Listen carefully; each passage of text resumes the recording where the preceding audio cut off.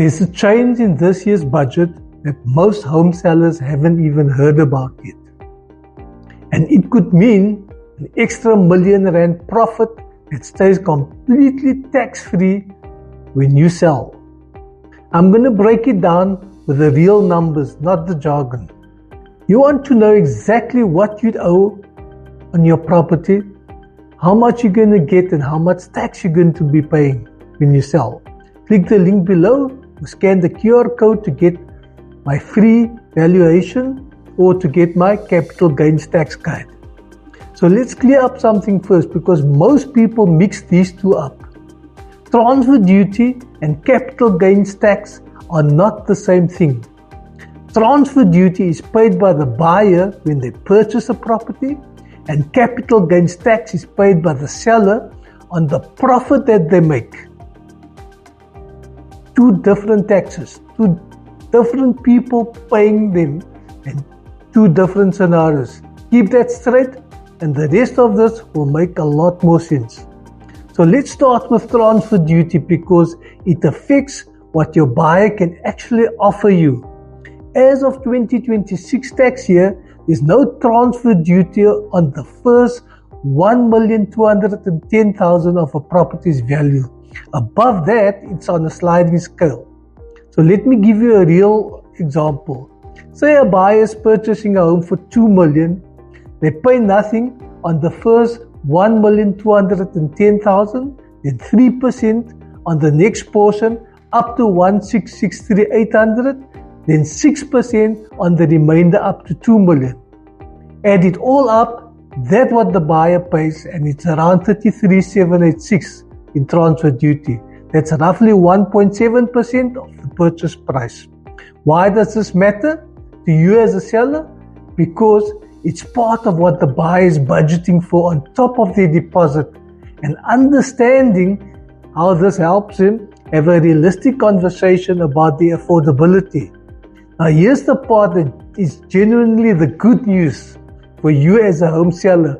In 2026 budget, the capital gains tax exclusion on your primary resident went up from 2 million to 3 million. And what that means in plain terms is if you sell your home that you live in, your primary residence, the first 3 million of that profit you make is completely excluded from capital gains tax. Not reduced, excluded. Okay? So, let me show you what that looks like as a real example, because this is where it actually gets useful. Say you bought a home for 1.5 million a few years back, and you're selling it now for 3.5. Your gain is 2 million. That is fully covered by the 3 million exclusion. You owe absolutely nothing in capital gains tax on your sale. Okay? Now here's another example, a bigger example. Say you bought for 1.2 million and you're selling now for 4.5 million. Okay? The gain is 3.3 million. The first 3 million is excluded, which leaves 300,000 as taxable.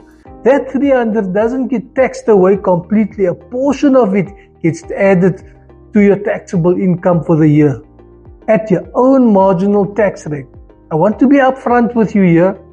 These are only illustrative examples to show you how the exclusion works. Your actual numbers depend on your purchase price, the improvements that you've made to your property, and your personal income tax situation. That's a conversation for you to have with your conveyancer or with your tax practitioner, not for a YouTube video. Here's why I want you to see that knowing your real number after tax changes how you approach your asking price and your timing. You don't want to find out what you're going to be paying in tax and what you're going to keep in your pocket after you've signed the offer to purchase. You want to know this upfront before you even put your property up for sale. So, here's what I do if I was you. Before you list, get the actual numbers from a conveyancer or a tax practitioner. It costs you nothing to ask, and you have no surprises later. And if you want a head start, Get my free capital gains tax guide for home sellers using the link below or scan the QR code. It walks you through this in plain language, and you can also get a free property valuation so that you know both numbers, what your home is worth and what you'll be actually walking away with. Okay?